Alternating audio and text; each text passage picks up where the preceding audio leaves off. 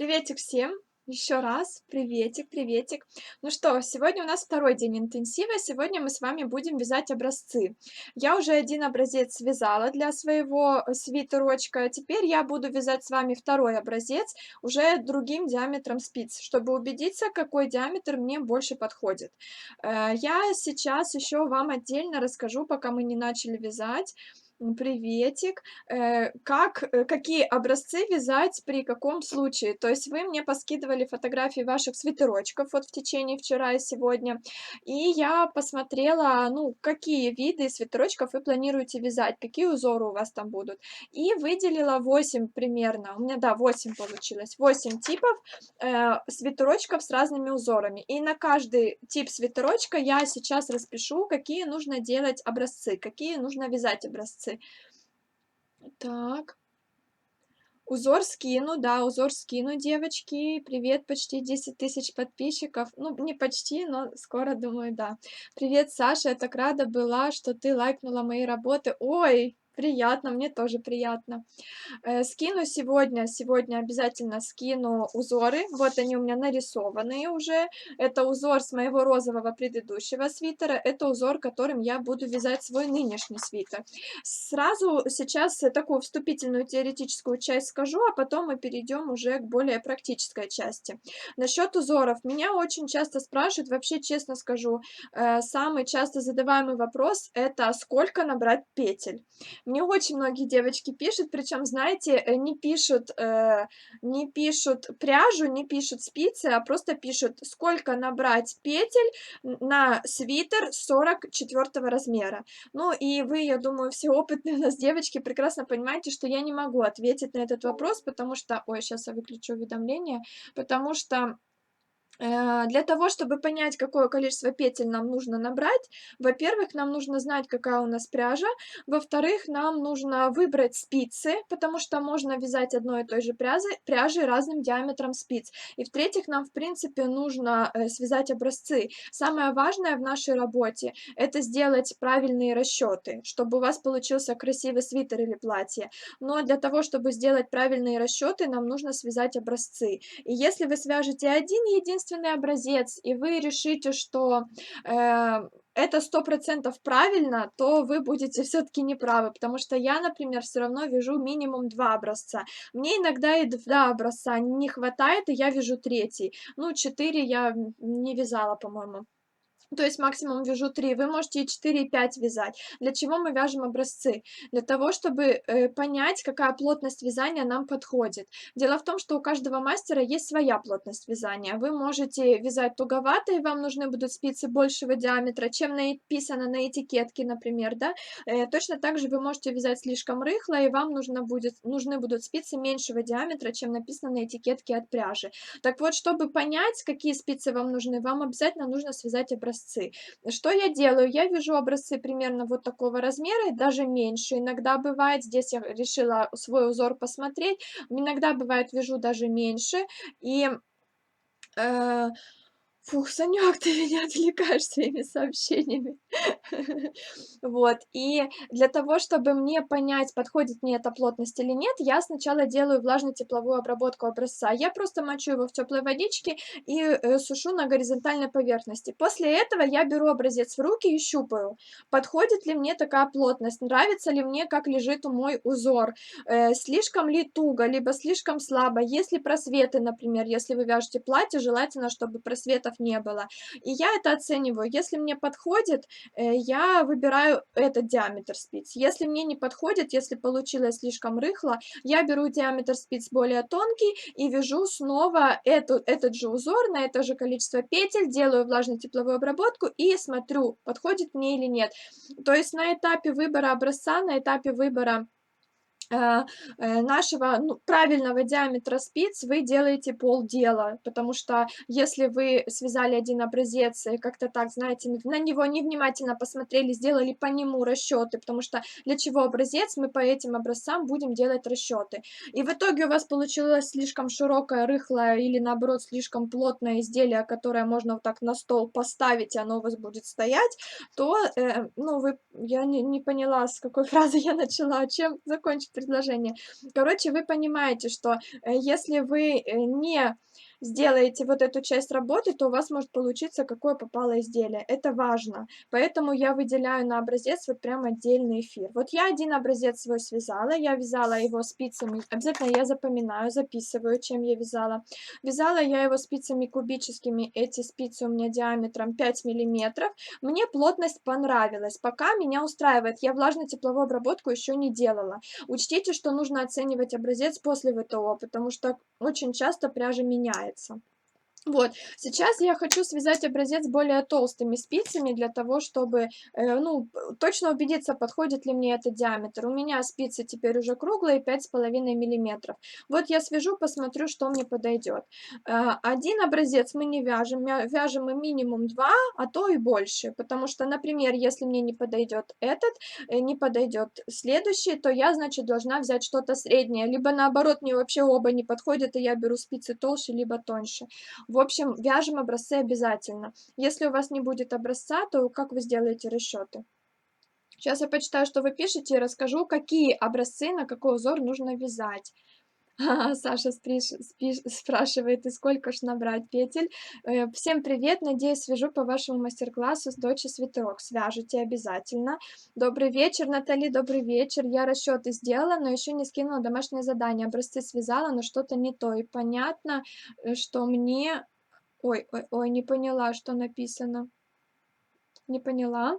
Привет, привет, девочки. Буду слушать Сашеньку, ее полезные советы, вязать шапочку себе. Еще я лопаю конфеты, прощай, диета. Ой, приятного вам аппетита.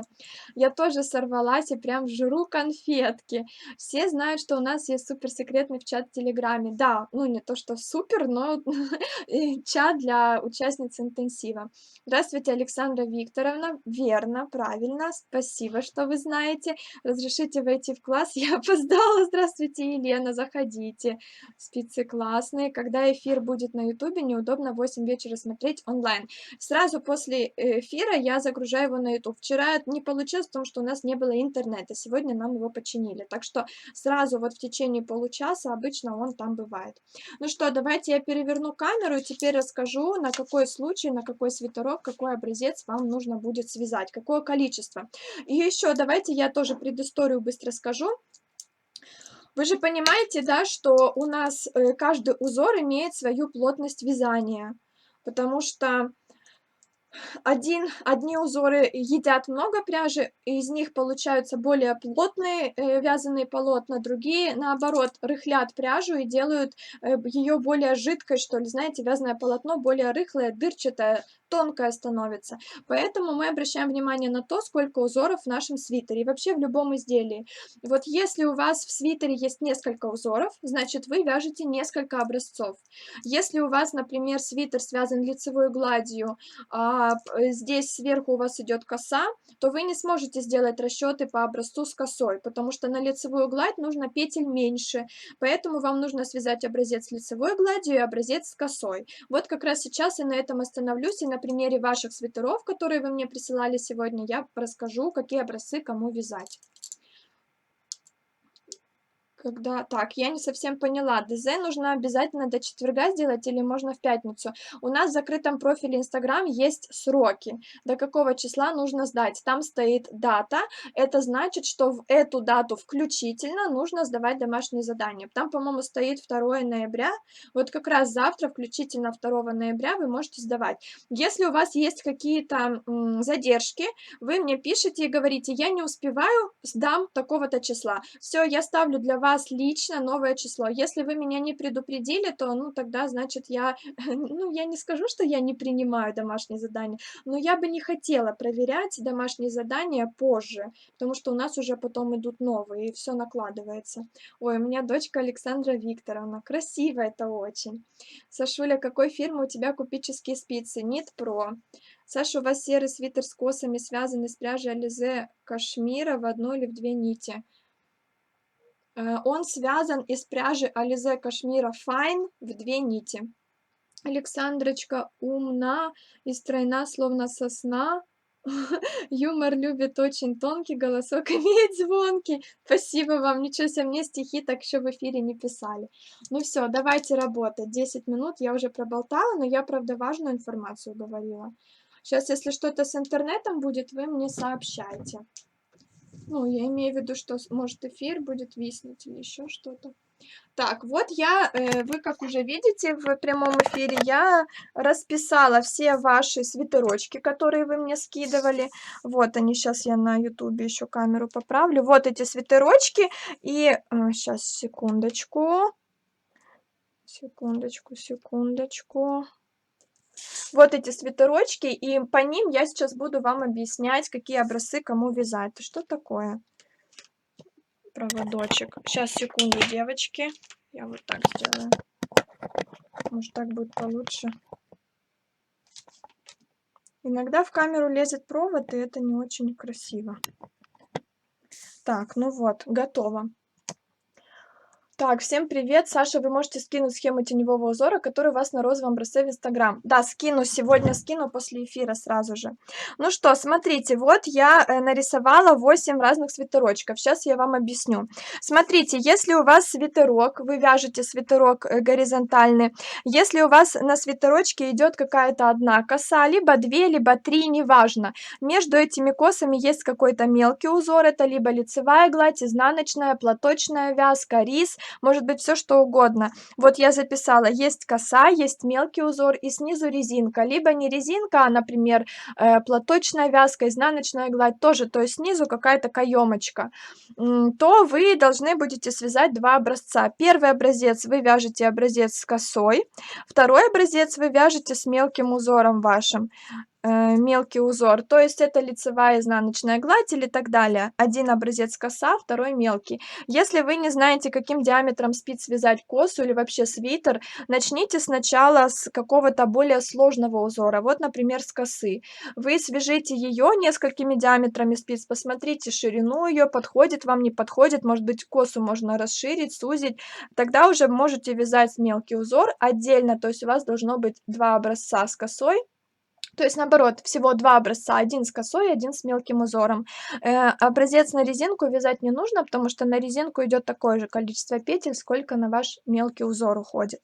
Второй случай. Если, например, в вашем свитере разные совсем косы, их очень много, коса широкая, коса узенькая, какие-то, может быть, зигзаги, какие-то галочки, какая-то там, я не знаю, еще маленький жгутик или что-то вот такое подобное, дорожка какая-то красивая. То есть, если ваш свитер просто напичкан разными красивыми узорами, вот я написала разные косы, дальше между ними идет какой-то мелкий узор, и также идет резинка, ну, либо ее в принципе нет, да, тогда что вы делаете? Вы вяжете образцы на каждую косу, то есть, если у вас здесь раз, два, три, 4 вида косы, значит, вам нужно 4 образца на каждую косу связать. Либо вы можете связать один широкий такой большой образец, где у вас будет 4 разных косы. И также вы вяжете второй образец с мелким вашим узором. Мелкий я записываю, то есть то, что между косами. Готово. Советую вам разделять, то есть если косы вы можете полностью на одном образце связать, то мелкий узор желательно хотя бы маленький какой-то клочочек связать отдельно, иначе неудобно между косами измерять петли, эти петли все равно потом будут искажаться, лучше просто вот отдельно связать мелкий узор. Тут и тут, то есть я рисую 1-2, пишу циферками то, сколько у вас минимум должно быть образцов. Дальше третий вид свитерочков тоже я увидела. Если у вас идет какая-то большая коса, вот я записала коса, дальше между косами у вас идет какая-то дорожка из лицевых петель, либо, ну, это не коса, либо из одной лицевой петельки, либо, может быть, из какой-то изнаночной петли тоже может идти, то есть там может быть идти лицевая, изнаночная, лицевая, то есть 2 лицевые, либо 2 лицевые рядом, и также резинка. И, ой, подождите, косы, лицевая и основной узор. Давайте я еще тут запишу мелкий, который мелкий узор. Он тоже есть здесь, мелкий. То вы, что вы делаете? Вам тоже в этом случае нужно будет связать два образца. вам нужно будет связать образец с косы, с косой и образец с мелким узором. Вам не нужно будет отдельно вот эту лицевую петельку провязывать, потому что она тоже спокойно равна ширине вашего мелкого узора. Вот, 2 образца. Дальше, четвертый случай. Я тоже видела у девочки, она у меня спрашивала, что делать, если вы хотите рукав одним узором связать, каким-то вот совершенно не похожим на узор второй основной, которым вы будете вязать спинку и вперед. То есть у вас один узор на рукава, второй на спинку и вперед и резинка.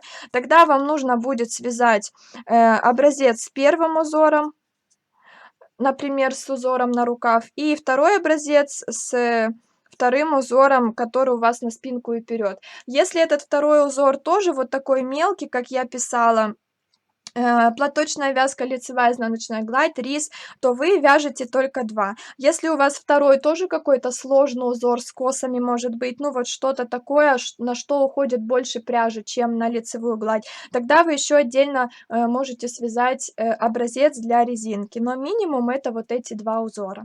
Дальше, пятый случай, который у вас может быть, это вот мойка, который я вяжу и который я вязала в своем розовом свитерочке. Это когда у вас какой-то теневой узор и резинка снизу, потому что ой, чё я говорю потому что? Нам нужно связать один образец, потому что на теневой узор у нас идет столько же петель, сколько на резинку. Это чередование лицевых и изнаночных, и на теневой, как правило, не уходит больше пряжи, либо больше петель не нужно набирать. Поэтому мы вяжем только образец с теневым узором. Один теневой записываю. Резинку не обязательно.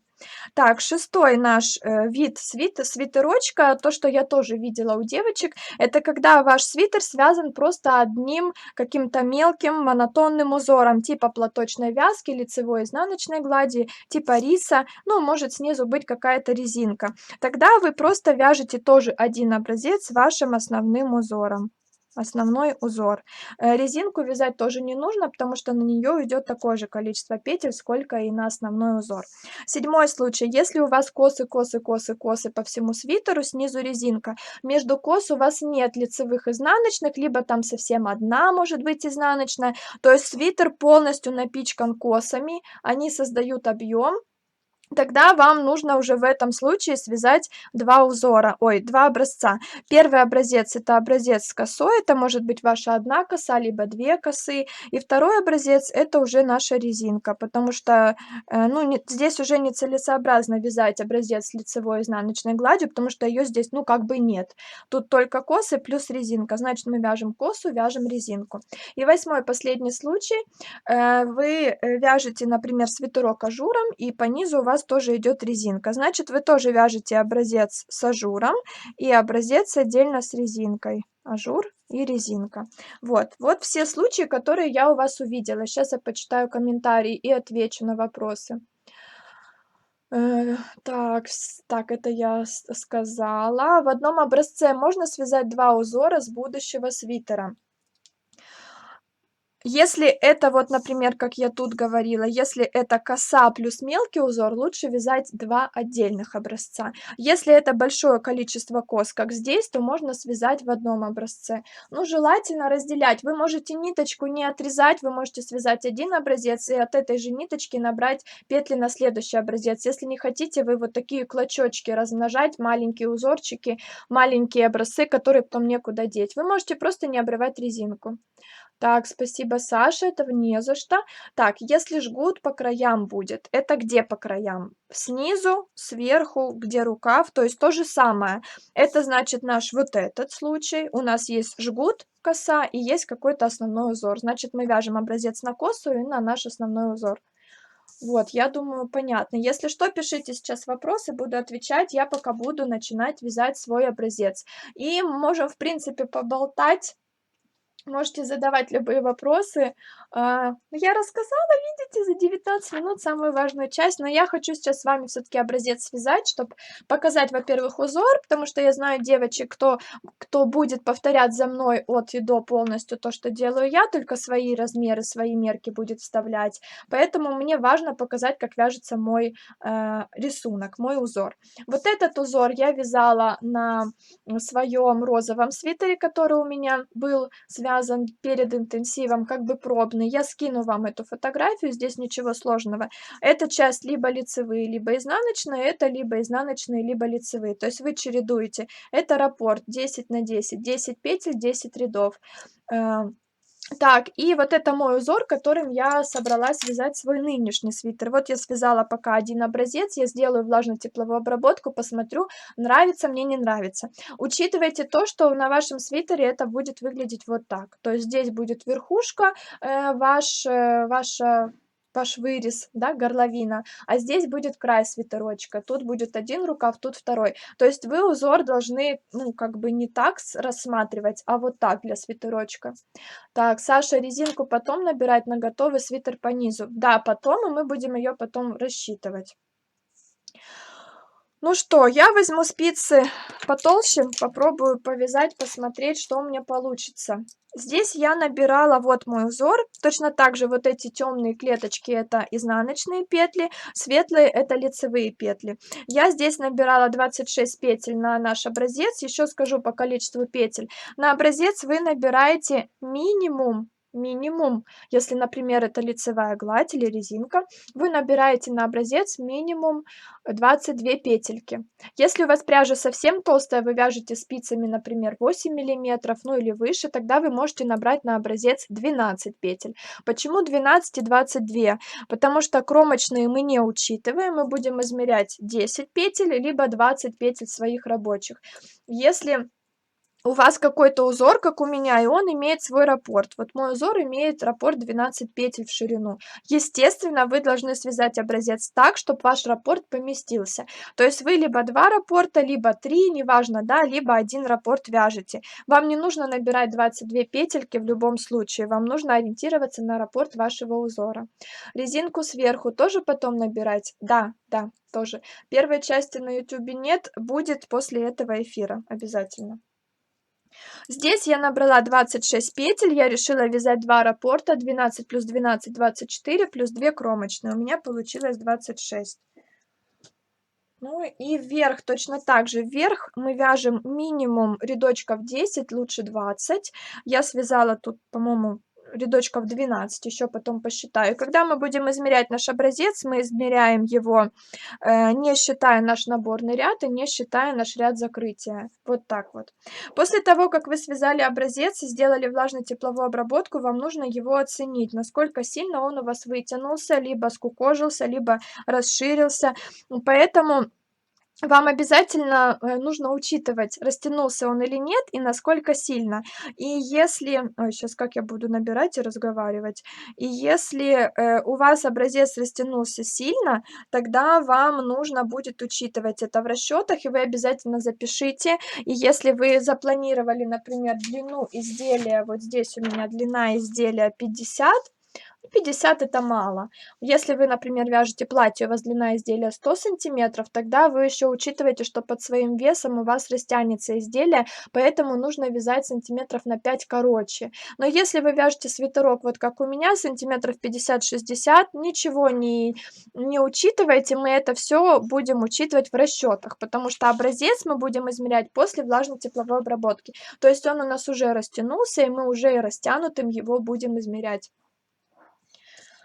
Так, 3 сейчас я наберу, 4, 5, 6, 7, 8, 9, 10, 11, 12, 13, 14, 15, 16, 17, 18, 19, 20, 21, 22, 23, 24, 25, 26. Готово. Так, снимаю я спицу, и первый ряд у нас изнаночный. Я это всегда говорю, и вот сейчас тоже повторю. Первый ряд изнаночный, во-первых, потому что у нас тут кромка из изнаночных петель, из петель лицевых кромка выглядит иначе, вот так. А во-вторых, потому что у нас ниточка, вот эта от наборного ряда, она у нас находится справа. Если нитка справа, значит ряд изнаночный, если слева, значит лицевой. Первый ряд изнаночный, я здесь могу у себя отметить. Буду вязать изнаночные так, а лицевые так. Ну, потому что удобно мне смотреть. Изнаночный вяжу я справа налево, и справа налево я буду тут смотреть свои петельки. Помните, если вы вяжете теневой узор, помните, что вам нужно в изнаночном ряду вязать петли наоборот. Если тут у нас лицевые, значит мы вяжем изнаночные. Если у нас отмечена изнаночная, мы ее провязываем лицевой. Саша, если резинку вязать спицами меньшего диаметра, надо на нее образец делать? Нет, не надо, не надо. Вы будете набирать, если у вас, например, лицевая гладь и резинка, вы будете набирать все равно одинаковое количество петель на резинку и на лицевую гладь. Единственное, что вы будете вязать резинку более тонкими спицами для того, чтобы она у вас держала форму и немножко была плотнее. Но все равно резинка тянется, и она у вас растянется до нужной вам ширины. То есть, ну, как бы так это объяснить? Некрасиво набирать после резинки дополнительные петли для нашей лицевой глади или наоборот, ну, как-то там менять количество петель. Если у вас коса, да, для косы обязательно. Обязательно после резинки добавлять петли. Итак, у меня тут 2 будет какие? Ай, 2 изнаночные. 2 изнаночные, 1 лицевая. Дальше 1, 2, 3, 4, 5, 6, 7 изнаночных. 1, 2, 3. Сейчас. Неудобно на весу. 3, 4, 5, 6, 7. Провязала. Так, дальше я вяжу 1 лицевую, 3 изнаночные. Вот у меня 1, 2, 3. 1, 2, 3. Дальше 1 лицевую, 7 изнаночных. Да, я уже считала. 1, 2, 3, 4, 5, 6, 7. Сразу озвучу домашнее задание. Дальше у меня лицевая, изнаночная. На домашнее задание вы должны будете связать образцы, выбрать из них самый лучший. Вы можете даже связать несколько образцов, скинуть к нам в чат, чтобы девочки повыбирали и сказали вам, какой лучше выглядит. Это тоже очень удобно. Так, второй ряд вяжу. И мне скинуть либо сразу несколько образцов, какие у вас есть, тоже, ну, показать свою работу, что вы это сделали, либо скинуть уже те образцы, которые вы точно выбрали для своего вязания, то есть те спицы, которые вы выбрали. Учтите, что если, например, вы вяжете косу и мелкий узор, да, то у вас обязательно спицы должны быть одного диаметра. То есть нельзя вязать косу диаметром 4, а мелкий узор спицами 5 миллиметров. Вы должны это все связать одними спицами. Поэтому вяжем образец сначала для косы, выбираем спицы для косы, а потом уже будем вязать мелкий узор этими спицами, которые выбрали для косы. Ну, то есть вы понимаете, все образцы, которые у вас есть, вы можете мне скинуть, либо скинуть те, которые вы уже выбрали окончательно. Образцы можно скидывать после влажной тепловой обработки, можно до, но вы, самое главное, напишите мне, какой у вас свитер, сколько у вас узоров в свитере и какие образцы вы связали, чтобы я проверила, правильно ли вы узоры связали.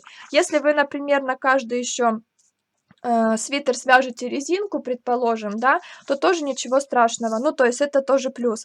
Например, вы можете связать кусочек резинки, а затем перейти на мелкий узор. Это у вас будет один образец. И второй образец у вас образец будет с косами.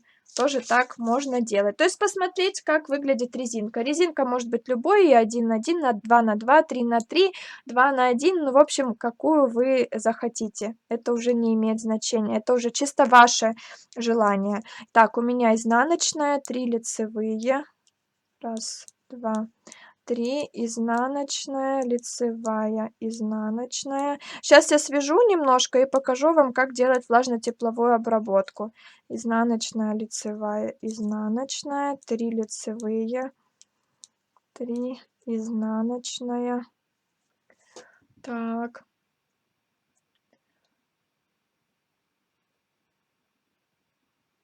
Это я прочитала. Вот я, дурында, всю жизнь вязала, оставляя наборный кончик справа, то есть с изнанки. Ну, все, не все, я не скажу, что все, я не могу так говорить, но многие так вяжут. Я не думаю, что это очень страшно, но важно это знать. Во сколько ниток сейчас вяжешь? Я не знаю, девочки, во сколько. У меня уже изначально эта бобинная пряжа, она уже изначально была смотана в 3 нити. Я смотала еще эти 3 нити в 4 слоя. То есть 12 получается у меня нитей тут. 12. Так, я пытаюсь теневым узором вязать, набрала 20 петель и запуталась. Если для вас теневой узор сложен, потому что вот я, например, сейчас тоже запуталась, пока с вами говорю, вы можете написать так. Первый ряд у вас даже тут можно отметить просто рядышком с вашей схемой. Первый ряд изнаночный, предположим, да? Что вы вяжете? Вы вяжете 2 изнаночные, 1 лицевую, 7 изнаночных, 1 лицевую, 3 изнаночных, 1 лицевую, 7 изнаночных и так далее.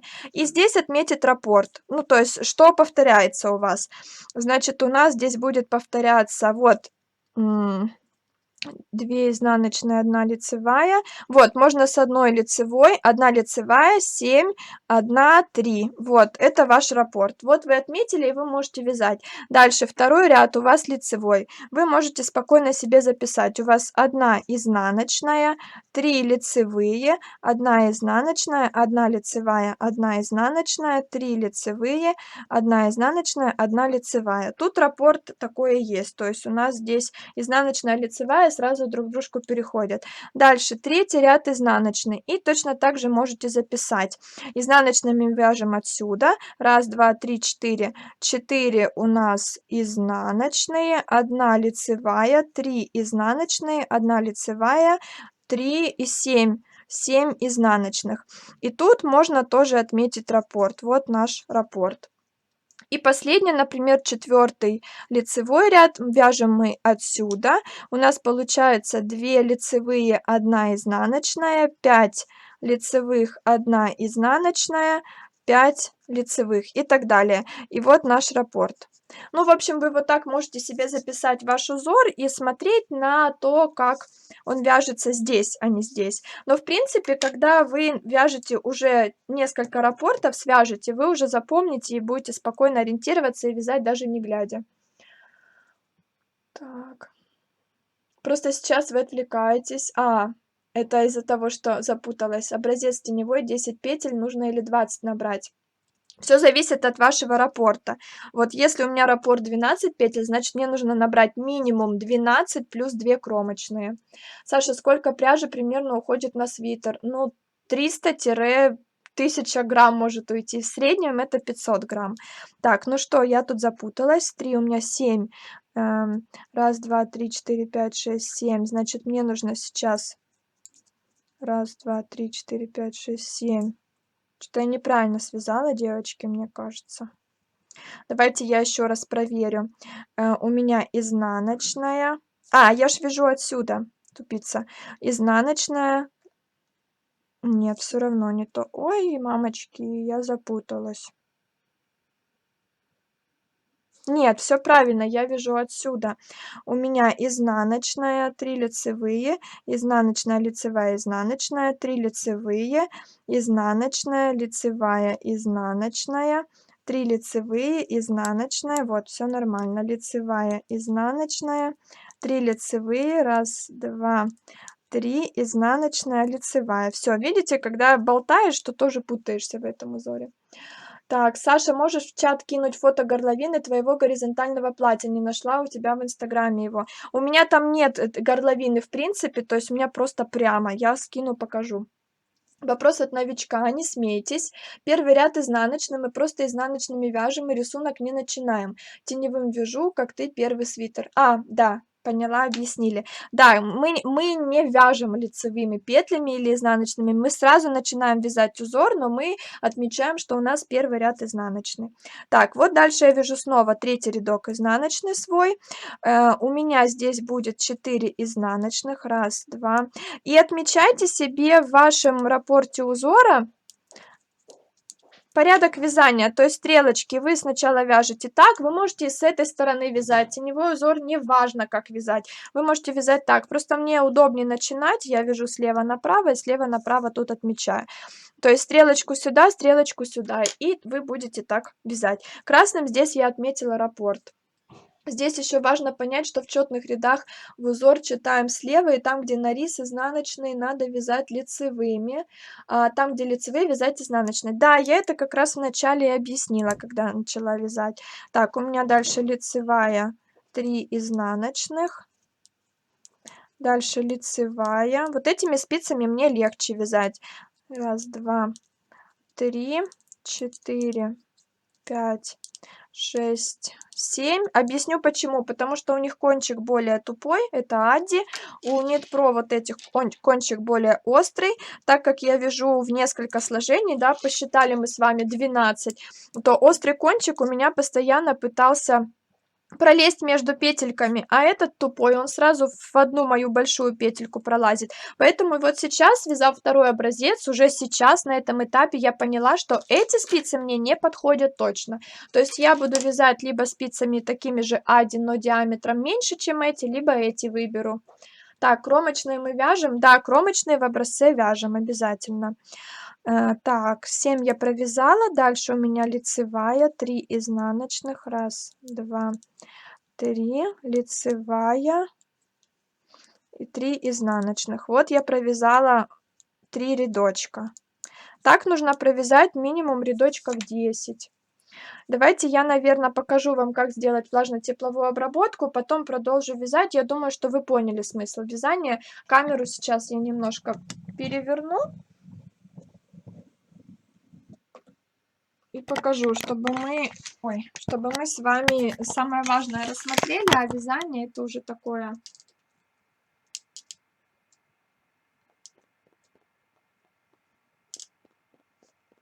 Давай, переключайся. У меня почему-то он не всегда переключается. О, сейчас переключится.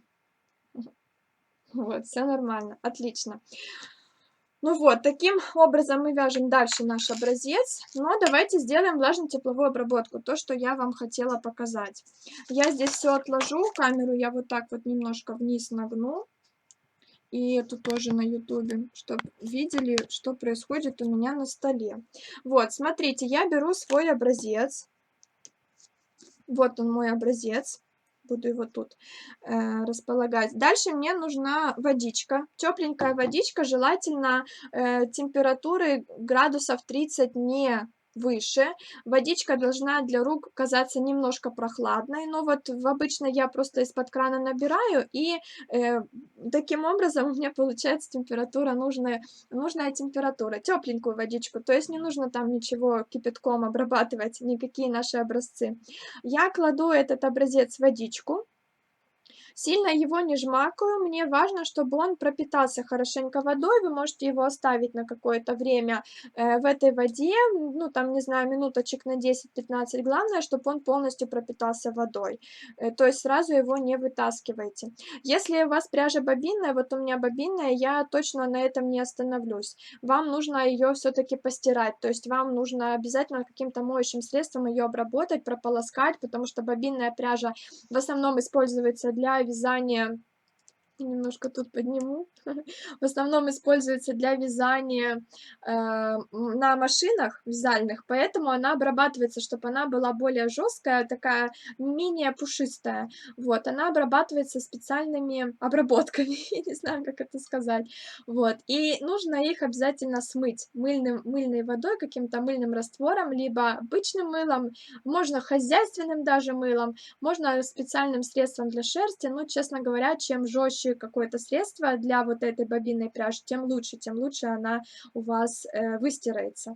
Итак, затем нам нужно, вот она у вас полежала, образец, вы сразу все образцы сюда можете бросить, которые навязали. Она у вас полежала, это...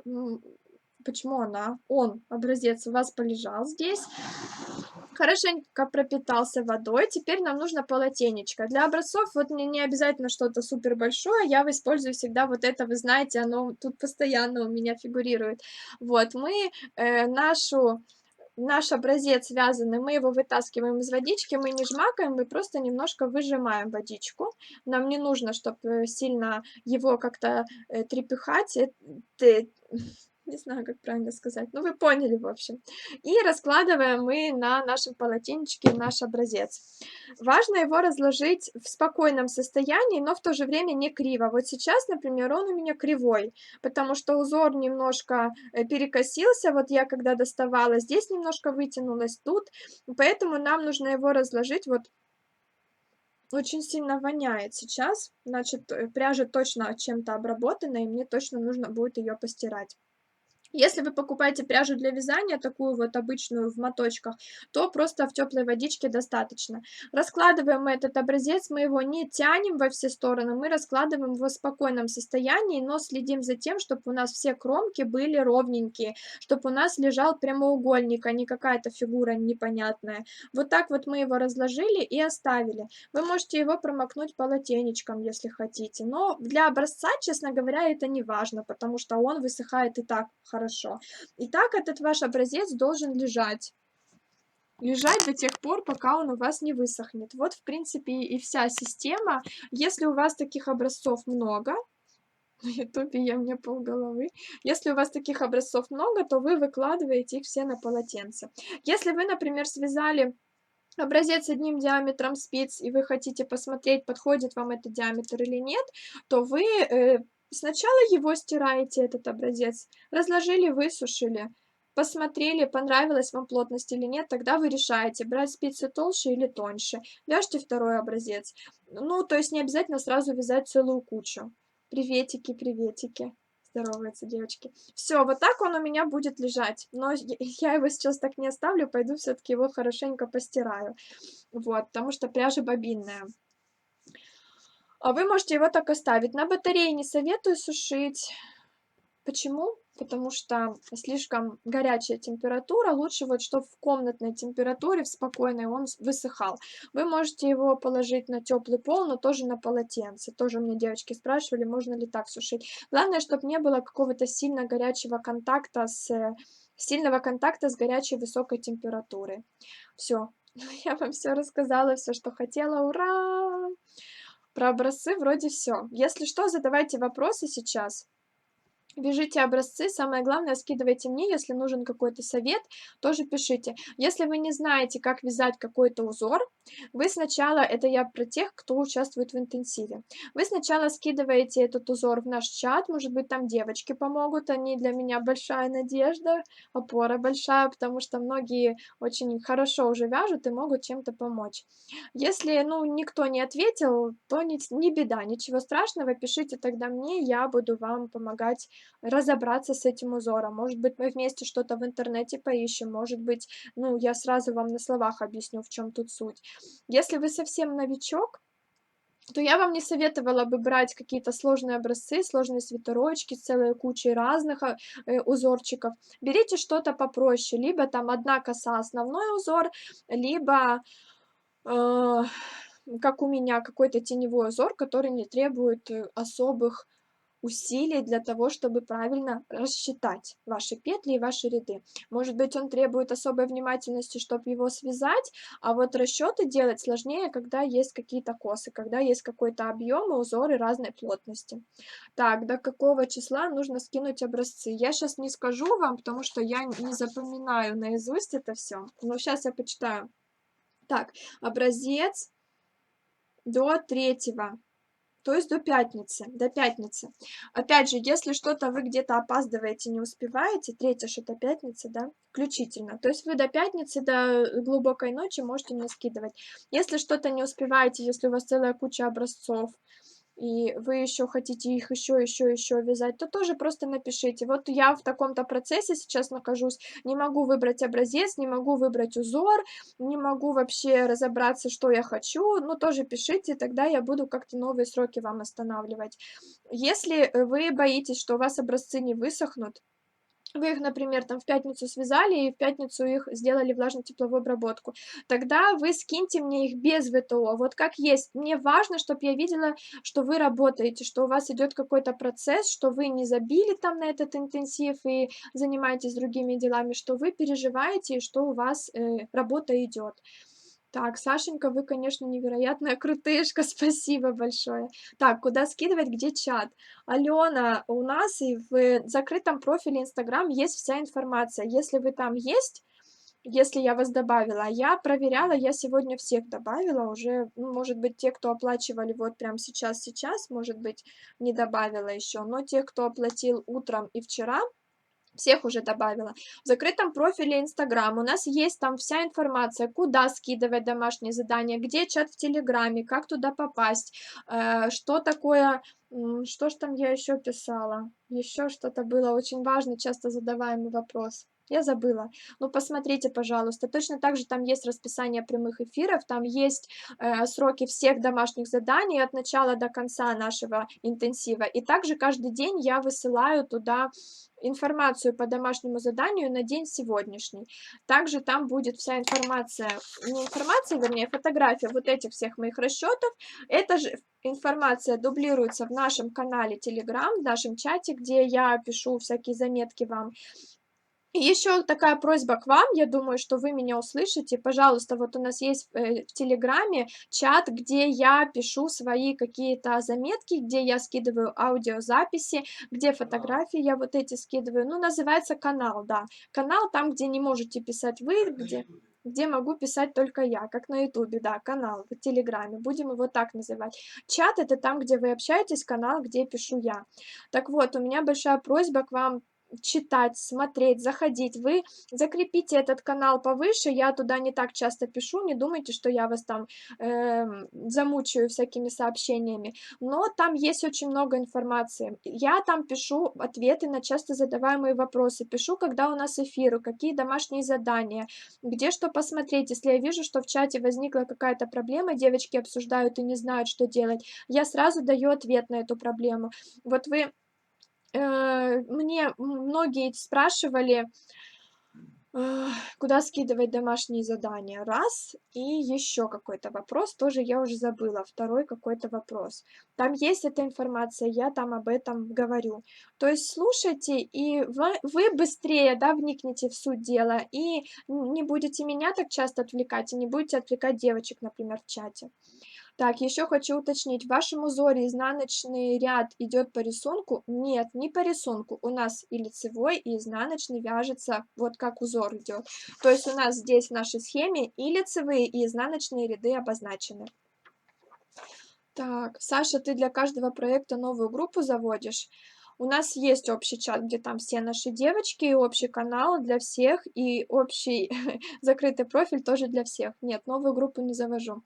Так, чат в Телеграме не нашла, только ваши с комментариями. Там, в чате Телеграме, в канале, где я пишу сообщения, там есть ссылка на чат. Вы просто на ссылку нажимаете и переходите. Прочитайте все сообщения, полистайте немножко, посмотрите информацию, которая там есть, потому что тоже многие заходят, видят то, что у них на экране телефона, но вы можете немножко пролистать и увидеть информацию выше, которая тоже полезная. И поверьте, у вас очень многие вопросы тут же отпадут, потому что вы мучаетесь, переживаете, пишете мне, я могу не отвечать долго, там, может быть, ну, какие-то дела или еще что-то. И для вас это очень тоже волнительно все. Поэтому желательно самостоятельно находить такую информацию по организационным вопросам. Вот. Хорошо, спасибо. В крайнем случае, если уж совсем ничего не находится, тогда уже писать мне либо в Телеграм личные сообщения, ну, либо где-нибудь в комментариях в нашем закрытом профиле Инстаграм, потому что директ тоже я стараюсь часто не читать, потому что очень много времени уходит на это. Вот. Все ответила, все нормально. Завтра что мы с вами делаем? Завтра у нас четверг. Завтра мы будем делать расчеты. Расчеты мы будем делать на рукав. Я вам расскажу, что там, как правильно начать. На что обратить внимание? Ну, естественно, самое важное — это как сделать расчеты на ваш размер. Если вы еще не определились с мерками, если вы еще не знаете, там, что, как у вас будет, думаете, пишете, то желательно вот к завтрашнему дню определиться, чтобы вы уже эфир смотрели и вникали. Желательно, конечно, смотреть эфир и понимать, что происходит, а потом на Ютубе просматривать повтор, либо в Инстаграме просматривать повтор и уже записывать за мной. Если вам сразу что-то непонятно, я знаю, что очень многие пишут: "Ой, ужас, ничего не понятно", то это только потому, что вы, не делаете сами это. Вот как только вы сами сядете и сделаете это все за мной, будете повторять каждый шаг и записывать, вам сразу все станет понятно. У меня было очень много случаев, когда девочки хватали за голову и говорили, что я не смогу, ничего не понятно. Но когда тут же они садились и делали это, сами, то все получалось. Просто нужно начать и нужно сделать. На YouTube я нашла вчерашний интенсив. Сегодня я его добавлю. У нас были проблемы с интернетом, поэтому добавить его вчера не могла. Сегодня уже все наладилось. И вот этот эфир тоже сейчас добавлю в наш YouTube, на наш канал. Да, спасибо, что пишете. Сегодня Саша выложит. Мне очень радостно, когда вы помогаете другим девочкам. Я вот тоже это уже в чате писала сегодня, говорила, вернее, скидывала аудиозапись. Очень мне радостно, когда вы помогаете, когда мне задают какой-то вопрос, а у вас нашлась там какая-то маленькая минутка, и вы ее потратили на то, чтобы ответить. Я очень это ценю, очень-очень реально, потому что мне это очень помогает. Вы меня спасаете тем самым.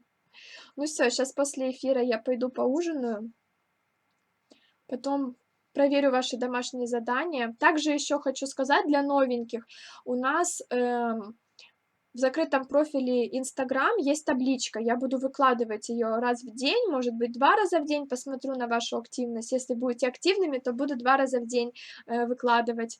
И, в этой табличке я отмечаю выполненные домашние задания. То есть тот, кто сдал домашнее задание, я пишу "да".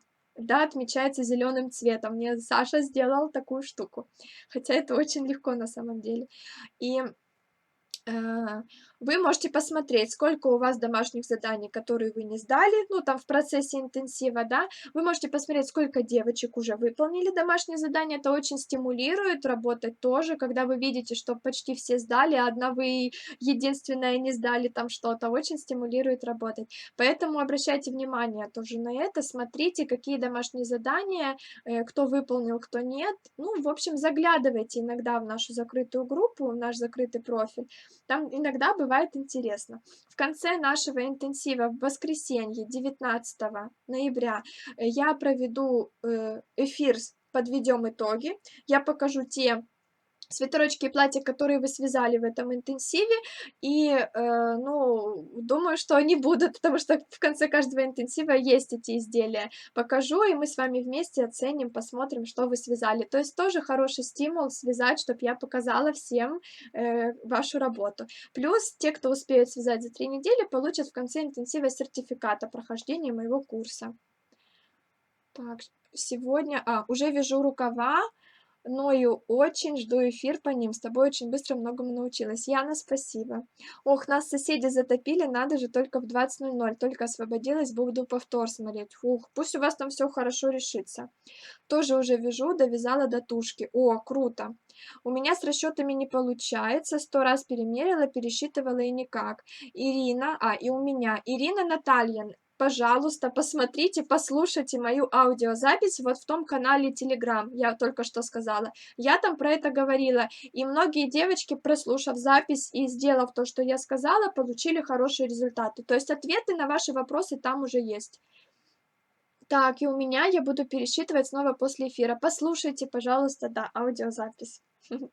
И если что-то не получается, то, естественно, пишите мне, будем разбираться сами. Но я все-таки за то, я знаете, как люблю какие сообщения, когда мне девочки пишут, открываю сообщение, утро, девочки пишут, ничего не получается, вот у меня там что-то не сходится, не могу разобраться, помогите, пожалуйста. Там, например, обед. Ой, Саша, вроде все нормально, сейчас вроде дошло, сейчас что-то будет. И уже там, например, послеобеденное время. Саша, все получилось, все нормально, вот мои расчеты. Вот я обожаю смотреть, как девочки самостоятельно решают свою проблему. Мне очень нравится, что вы сами думаете, сами пытаетесь, а не сидите, ждете, пока я вам отвечу. Хотя тоже правильно делать это, когда у вас совсем ничего не получается, когда вы сидите и просто чуть ли не слезы льются, потому что у нас были такие девочки, которые плакали из-за того, что у них не получается. Но я их понимаю, я тоже, наверное, бы плакала. Вот. Конечно же, лучше спросить у меня тогда, чем сидеть и переживать из-за этого. Так, хорошо, послушаем. Уверена, что получится. Женя, спасибо. Я никак не определюсь с образцами. Вяжу и что-то никак не определюсь. Но еще Наталья, еще, наверное, время есть, я думаю. Еще можно пару денечков повязать образцы. Так, сам создал проблему, сам решил. Ну, создал проблему, не знаю, потому что иногда реально бывает, что нужно другому какому-то человеку постороннему посмотреть, чтобы найти ошибку какой-то, протуп какой-то жесткий. Но приятно, когда вы этот протуп сами находите и сами все это решаете. Вот это классно, я очень обожаю. Не из-за того, что мне работы меньше, а из-за того, что я вижу, что вы работаете.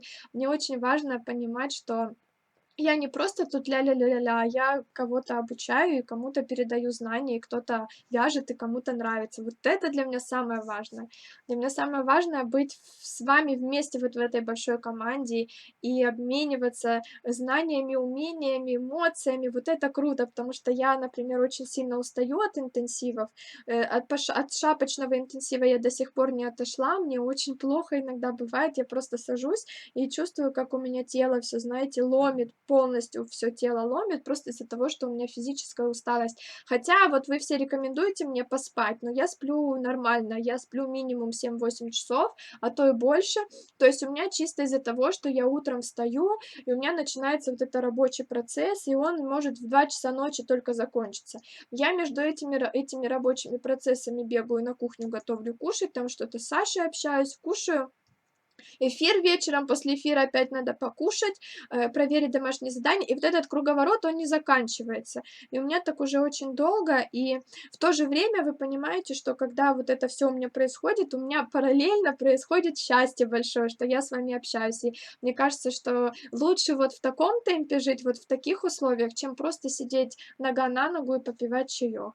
Я знаю, кстати, что очень многие считают, что я это все из-за денег делаю, но, ну, блин, я не зарабатываю столько, чтобы так сильно работать. Я считаю, что я работаю считала, что я работала по 14 часов, проверяла все эти домашние задания, общалась, эфиры у меня были чуть ли не по 3 часа. Ну, по 2 часа так точно у меня были эфиры по шапкам. И те деньги, которые я зарабатываю, эти суммы, честно скажу, они не стоят таких трудов. То есть, если это делать ради денег, то это надо делать ради огромных денег. 100 рублей, которые стоит мой интенсив, ну, спорный вопрос, понимаете? Мне кажется, что проще устроиться на работу и получать, те же самые суммы, но работать 8 часов. Поэтому для меня тут деньги, конечно, очень приятно, для меня это большой бонус, но то, что, чисто ради денег, не, я бы никогда так не работала. Я работаю именно ради эмоций. Так. У меня тушка-то не маленькая, очень хочется, чтобы не полнил рисунок. Думаю, я его сегодня за ночь добью. О, Наталья, хорошо. Это психологическая усталость, надо магний B6 попить и рыбу чаще кушать. Ой, рыбу я редко ем. Когда вы начали вязать, если не секрет? У меня был недавно пост, я писала, что я не помню, когда я первый раз взяла спицы в руки, но вяжу я с детства, причем без перерывов. Вот со школьных лет и вяжу, и в университете вязала, и сейчас вяжу. То есть у меня вот полностью вся моя жизнь всегда с вязанием. Саша, ты умница. Так, из-за денег, да, это просто люди на мастер-классы не ходили, наверное, которые стоят других денег. Ну, кстати, да-да-да, согласна, что 100 рублей — это не такая уж и большая сумма, как мне казалось. Однако все равно есть те, которые завидуют, что я сижу, ничем не занимаюсь и загребаю себе денежки и считаю там свои миллиончики, которые я на вас заработала. Так, я нечаянно по привычке 2 сразу рукава начала вязать. Magic лупом. Яна, кстати, можешь вязать. Ты можешь потом просто здесь сделать горизонтальный шов. Это тоже, кстати, нормально, поэтому вообще за это не переживай. Можешь вязать сразу 2. Так, я 1,5 часа назад, у меня нитки Lana Gold Plus и спицы 6. А, это про то, когда начали вязать. Ваш труд такой труд, нереально, спасибо. Жаба их задушит. Всегда будут такие люди, где деньги есть, даже если где 100 рублей есть, всегда будут люди, которые будут завидовать тому, что я заработала 100 рублей, я сижу отдельно сама дома и ничего не делаю. Плюс ко всему еще, знаете, есть такое мнение в народе, что зарабатывать или делать что-то ради денег — это стыдно. Как так ты это ради денег делаешь? Ой-ой-ой, какая ты плохая. На самом деле, я считаю, что ничего плохого нет, если ты что-то делаешь ради денег тоже. А почему бы себе это не позволить, да?